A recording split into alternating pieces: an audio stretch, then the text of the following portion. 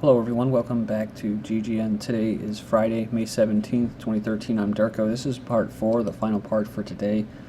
My YouTube channels are ddarko2012 and ddarko2013 on YouTube. And my website's ggnonline.com. Alright, so I'm ready to continue here. We'll cover the economy and other bits. Upcoming Trans-Pacific Partnership looks like corporate takeover.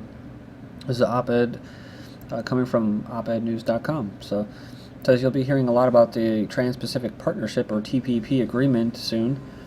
It says the negotiations are being held in secret, with details kept secret even from our Congress, but giant corporations are in the loop. So it's a trade agreement, at least that's what they call it, between several Pacific Rim countries that is actually about much more than just trade. It'll be sold as a trade agreement because everyone knows that trade is good, but much of it appears to be, from what we know, corporate and runaround things we the people want to do to rein in giant corporations. I don't like how you worded that, but either way, it's basically countering what just the little people are trying to do against these big corporations with all the power, like Wall Street regulation, environmental regulation, and corporate taxation. So it appears to be a push to push corporate interests over other interests. So it's being negotiated in secret. So some 600 corporate representatives are in the loop, while representatives of the group that protect working people, human, political, civil rights, and our environment are largely not in the loop.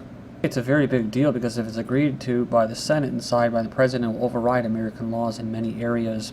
We won't be allowed to enforce laws and regulations that impede the rights granted to big corporations under this agreement.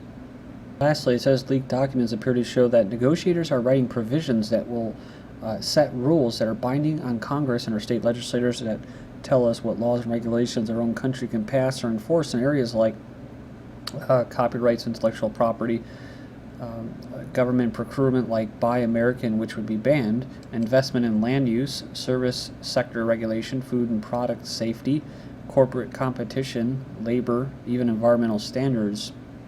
So it says that leaks show that TPP even limits government's regulation of financial services. Moving on here, secretive TPP talks recommence in Lima, Peru. They can shut us out, but they can't shut us up. This is from Electronic Frontier Foundation.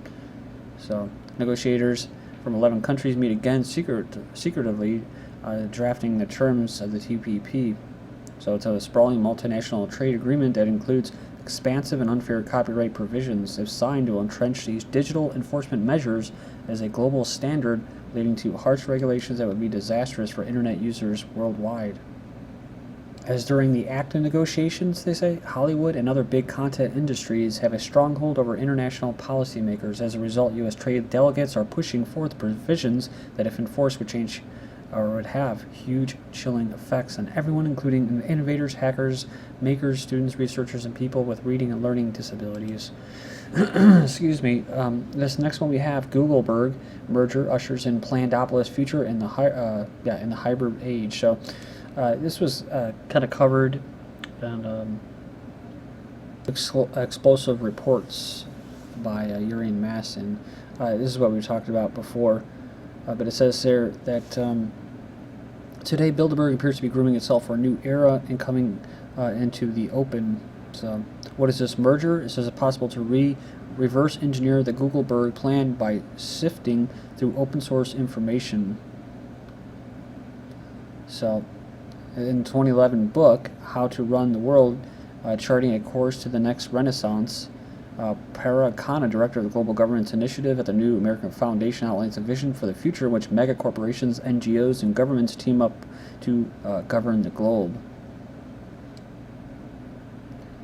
So it says here, in 2009, in a meeting in New York at the home of Sir Paul Nurse, president of the Rockefeller Foundation, as to the secrecy of the meeting, guests said they wanted to speak to us. They wanted to speak rich to rich without worrying anything that they said would end up in the newspapers, painting them as an alternative world government. I think they're actually being searched now, those protesters.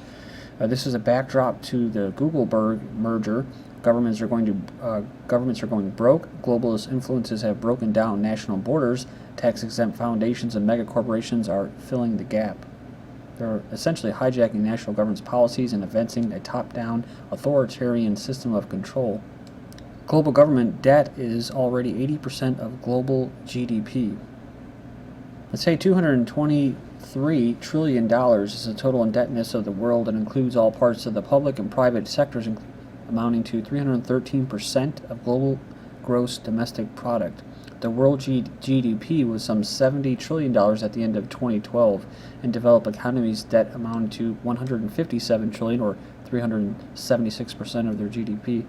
In emerging markets, or quote, developing markets, debt totaled $66 trillion, or 224% of GDP. UK's top companies condemned for prolific use of tax havens. 30 are in Malta. UK's the 100 biggest public companies are running more than 8,000 subsidiaries or joint ventures in offshore and onshore tax havens, according to research published on Monday. This says here it's raising concerns about the full extent of corporate tax avoidance. You know, Google-Berg and tax havens. British lawmakers accuse Google of devious tax policy, and unethical behavior, amid reports that the internet giant has sheltered its multi-billion-dollar profits from UK taxes. So these are companies that always like to claim like they're some kind of like American company or British company too. That's what irks me. The too big to fail gravy train. These 6 banks, Bank of America, Citi, Goldman, J.P. Morgan, Morgan Stanley, Wells Fargo, have also benefited from tax breaks from Federal Reserve largesse since the end of 2008 in the form of additional income from the central bank's mortgage bond purchases and the interest it pays for bank deposits. All told, the financial advantages for the 6 big banks since the start of 2009 amounted to at least $102 billion. It says that big banks have taxpayers standing behind them, so people who lend them money know they'll be paid back. It says that too big to fail no longer exists is not credible. As business owners can be fined and imprisoned for supporting Israeli boycotts. A little-known U.S. law is actually criminalized boycotting Israel. Anti-boycott laws enforced by the U.S. Department of Commerce's Bureau of Industry and Security under the Export Administration Act discourage and even outlaw furthering or supporting the Israeli boycott. All right, next, Ringleader of $57 million Holocaust survivor fraud found guilty. So this Mr. Dominister, a former claims conference employee, was charged with leading a fraud scheme at the Holocaust Restitution Organization, faces up to 20 years behind bars.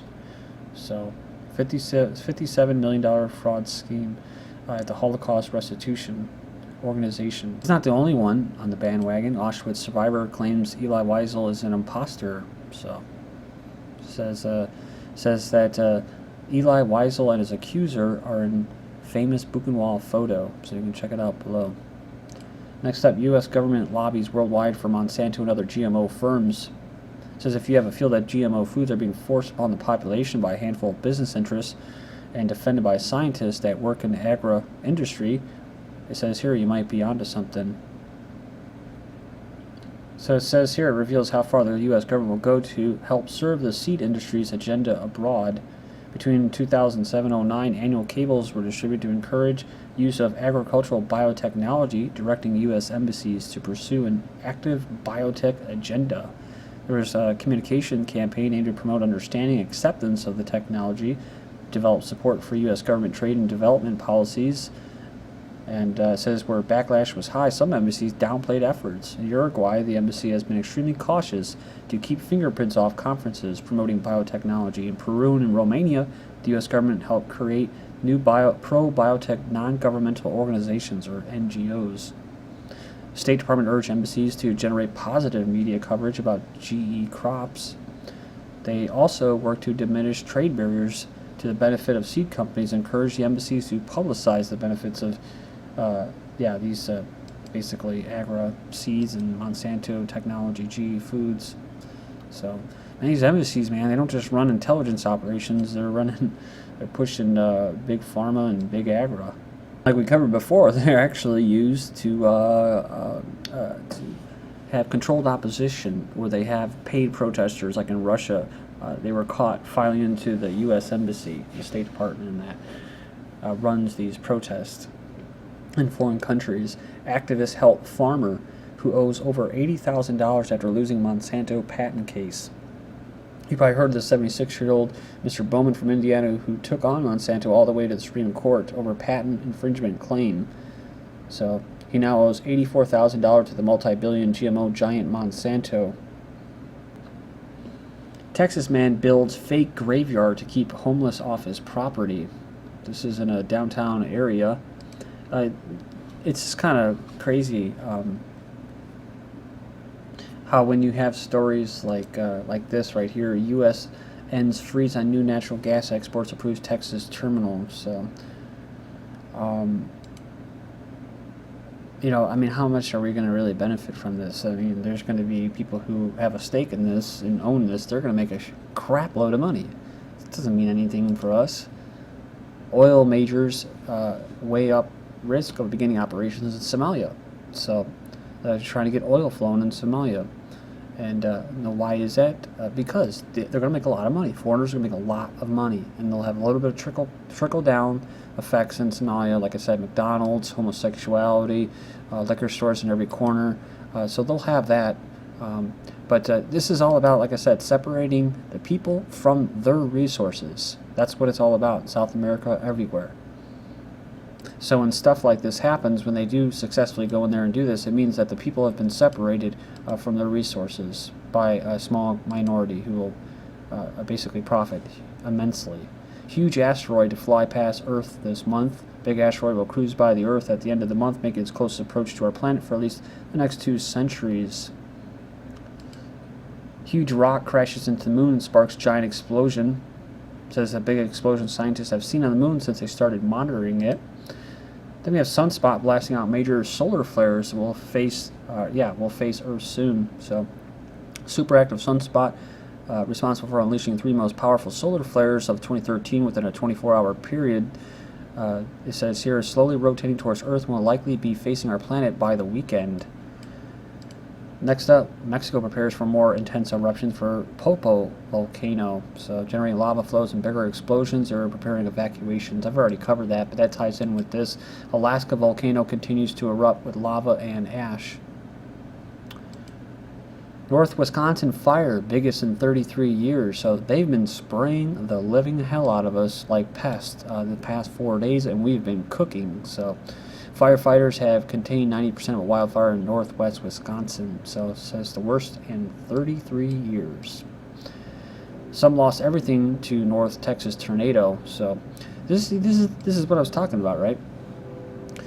This whole thing was probably not even really the plan. It's not like these people that carry out weather modification are like, oh, we're going to take out this one little town here, this little town in Texas, and ruin some people's lives. No, this is just a side effect for whatever they're really using the chemtrails for, the aerosols, which is most likely population reduction, killing people, getting all the nanobots, nanotechnology inside their systems. So, you know, you really are part of the matrix when you equate microwaves and cellular waves. All these different types of ELS, so microwaves pulsing through your body, interacting with these nanoparticles that are able to self-replicate and also use your body as a source to receive and transmit information, create a plasma effect in the atmosphere for radar. There's different reasons. But one of the side effects, I think when this happens, it's just a side effect. And they say, oh, it's collateral damage, right? These people lost everything, but oh well, right? So they make the connection, the Pacific Northwest, basically recent days of all the spraying. They say they sprayed the hell out of them, causing record warmth. So, see? So they're preparing for yet another geo-engineered winter storm further east. They say the weather makers seem to have absolutely no regard for the climate chaos they are creating around the globe. And we should have known that the tornadoes were coming too, because I saw part of the spraying along with the pulsing. Some people call it HARP, basically attacking the ionosphere with low frequencies, and that is they actually push the sky upward. They actually create a pressure cooker. So it's like it may not even feel all that hot outside, but inside your body, you're baking even with the AC on. But I kind of had a feeling there's going to be like an earthquake, or tornado, or something, because when they start pushing the ionosphere up like that, it means that there's going to be recoil. I mean, it's just my own logic, though. It says from Texas, they shattered its former record high temperature on April 30th, reaching 100 degrees. So it says snow is going to fall the very next day. A top geoengineer is confronted in Berkeley and admits discussing poisoning the sky.